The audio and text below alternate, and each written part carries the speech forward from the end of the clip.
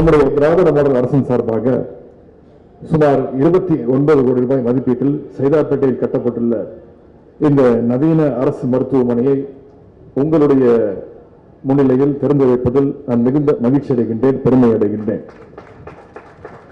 இந்த வாய்ப்பை அளித்த மாண்புமிகு அமைச்சர் அண்ணன் மா. சுப்பிரமணியன் அவருக்கு மீண்டும் என்னுடைய பாராட்டுகளையும் நன்றியும் நான் தெரிவித்துக் கொள்கிறேன்.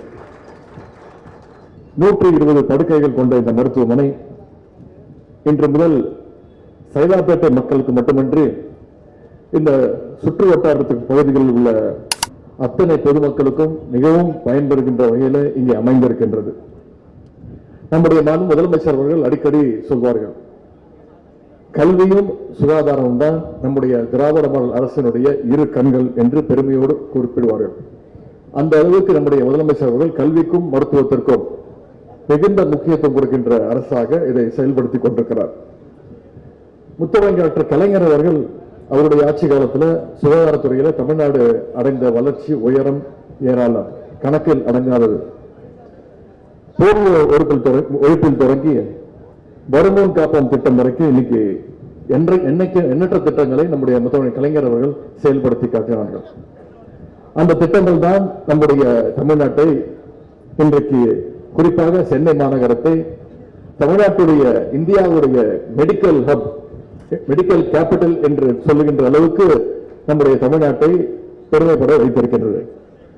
முத்தமிழ் கலைஞர் வழியில நம்முடைய தலைவர் அவர்கள் முதலமைச்சர் அவர்களும் மருத்துவத்துறைக்கு இன்றைக்கு அதிக முக்கியத்துவம் கொடுத்து பல்வேறு திட்டங்களை செயல்படுத்தி வருகின்றார். சில திட்டங்களை மட்டும் இங்கே குறிப்பிட விரும்புகின்றேன். ரூபாய் 240 கோடி ரூபாய் மதிப்பீட்டில் கிண்டியிலே கலைஞர் நூற்றாண்டு உயர் சிறப்பு மருத்துவமனை சொன்ன 10 மாதங்களை கட்டி முடிக்கப்பட்டு நம்முடைய முதலமைச்சர் அவர்களால் திறந்து வைக்கப்பட்டு இன்றைக்கு பொதுமக்கள் மிகுந்த பயன்பெற்று வருகிறார்கள்.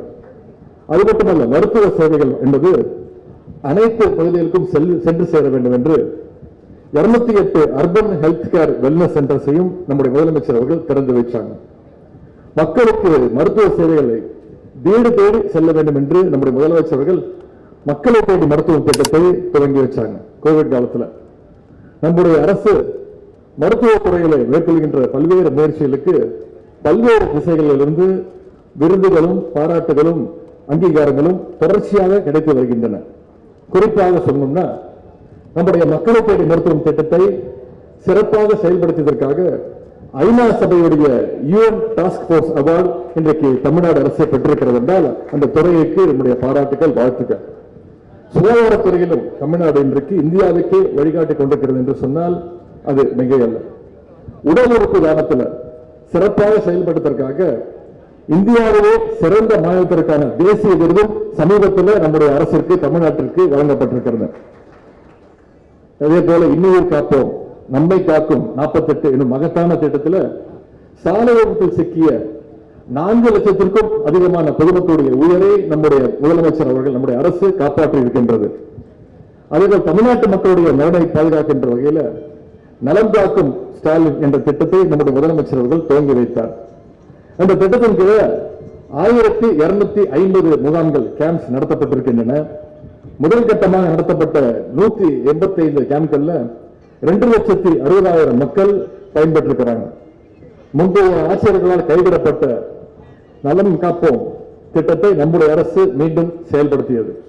கடந்த ஆண்டு மட்டும் இந்த முகாமில் கிட்டத்தட்ட 12 லட்சம் பேர் பயன்பெற்றிருக்கிறாங்கன்னா இந்த துறையினுடைய சாதனை.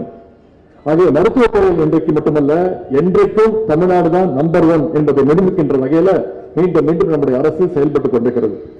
நம்முடைய திராவிட மாடல் அரசு அமைவது முதல் சிறப்பாக பணியாற்றிக் கொண்டிருக்கக்கூடிய அண்ணன் மாசு அவர்கள் உட்பட மருத்துவம் மற்றும் சுகாதாரத்துறை அதிகாரிகள் அனைவருக்கும் என்னுடைய பாராட்டுகளையும் வாழ்த்துக்களையும் நான் தெரிவித்துக் கொள்கின்றேன். இது அரசு நிகழ்ச்சி, நான் அதிகம் அரசியல் பேச விரும்பவில்லை. ஆனால் மாசு அவர்கள் அமைச்சர் அவர்கள் பேசும்போது எதிர்கட்சி தலைவருடைய குற்றச்சாட்டுகளுக்கு தான் தெளிவாக பதில் கூறினார்.